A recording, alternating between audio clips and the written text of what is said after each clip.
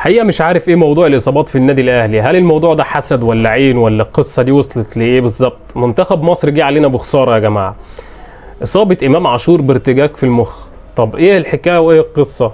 امام عاشور هقول لك عليه الاصابة بتاعته ايه اللي حصل فيها بالظبط ووصلت لايه في النهاية، وهل هي صعبة ولا ان شاء الله يقوم على طول.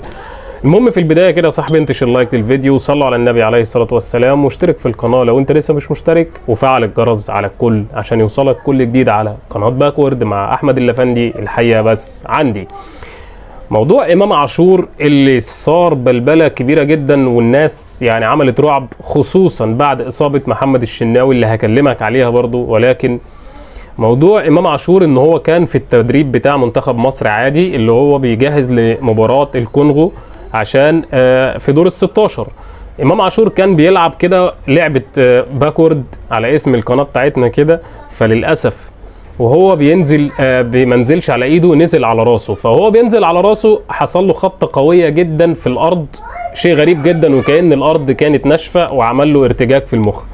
ارتجاج المخ اللي جاله ارتجاج مؤقت، عايز اطمنك بس عشان تبقوا عارفين يا جماعه، ارتجاج في المخ مؤقت يعني مش اللي هو لا قدر الله صعب. وده بان بعد ما راح وعمل فحوصات ما اثرش وعمل له حاجه في الدوره الدمويه ولا حاجه الحمد لله، ولا نزيف ولا مشاكل.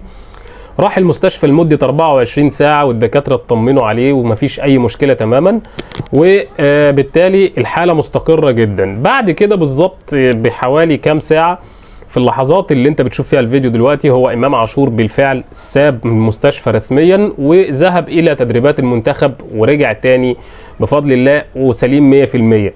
الموضوع ده طبعا اثار شماتة نادي الزمالك، وناس كتيره جدا قالت لك اوعى بقى وخلاص الصفقه اشرب النادي الاهلي. لا، ده انا هكلمك على حاجات مهمه جدا. ان شاء الله اللاعب مستمر وهيبقى فيه تفاصيل مهمة جدا الفترة اللي جاية هقول لك عليها، بس تابعني في الفيديوهات اللي جاية واحد واحد كده عشان تعرف أهم الأخبار والتفاصيل في صفقات جامدة جدا هكلمك عليها.